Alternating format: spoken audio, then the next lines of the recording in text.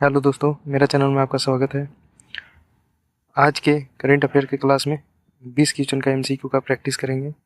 पहला क्वेश्चन है, हाल ही में किस देश ने अपना पहला चंद्रयान मिशन लॉन्च किया है?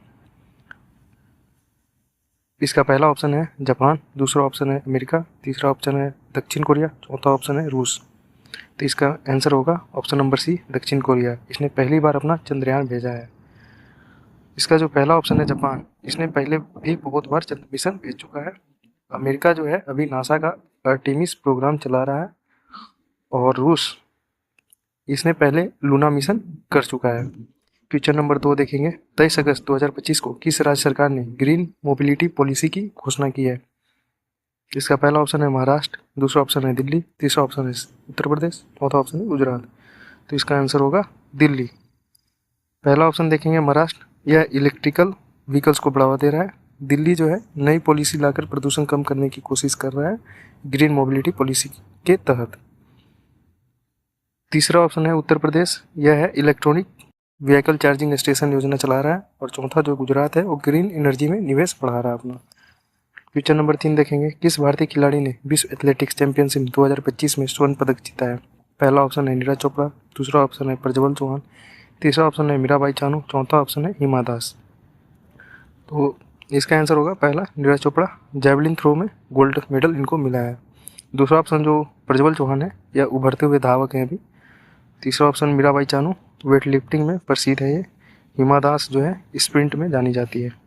चौथा ऑप्शन जो है, किस संगठन ने डिजिटल इंडिया अवार्ड 2025 की घोषणा की है?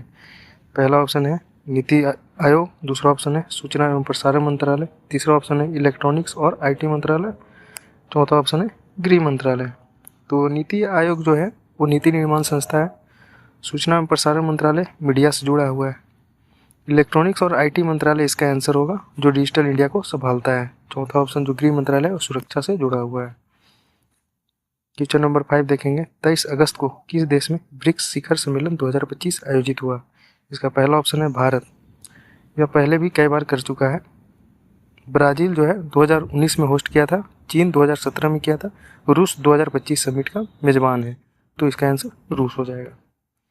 क्वेश्चन नंबर 6 देखेंगे, किस भारतीय बैंक ने हाल ही में डिजिटल रुपया वॉलेट लॉन्च किया है? तो इसका पहला ऑप्शन है एसबीआई, और आंसर भी एसबीआई ही होगा। यह सबसे बड़ा पब्लिक सेक्टर बैंक है।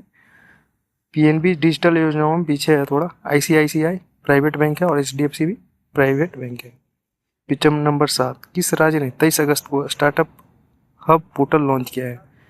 तो पहला ऑप्शन है बिहार, दूसरा ऑप्शन है कर्नाटक, तीसरा ऑप्शन है राजस्थान, चौथा ऑप्शन है तमिलनाडु। तो इसका आंसर हो जाएगा कर्नाटक। राजस्थान एमएसएमई पॉलिसी पर काम कर रहा है। क्वेश्चन नंबर 8, भारत ने किस देश के साथ साइबर सिक्योरिटी समझौते पर हस्ताक्षर किए हैं? इसका आंसर होगा जापान। नई साइबर सिक्योरिटी डील हुआ है जापान के साथ। गगनयान मिशन से जुड़ी टेक्स्ट फ्लाइट किस संगठन ने सफलतापूर्वक पूरी की है? पहला ऑप्शन है डीआरडीओ, यह रक्षा रिसर्च है।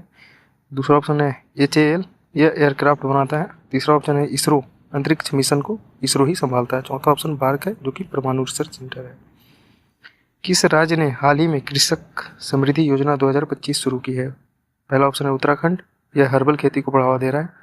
दूसरा ऑप्शन है मध्य प्रदेश, यह किसानों को सीधी आर्थिक मदद दे रहा है और इसी ने कृषि समृद्धि योजना 2025 शुरू की है।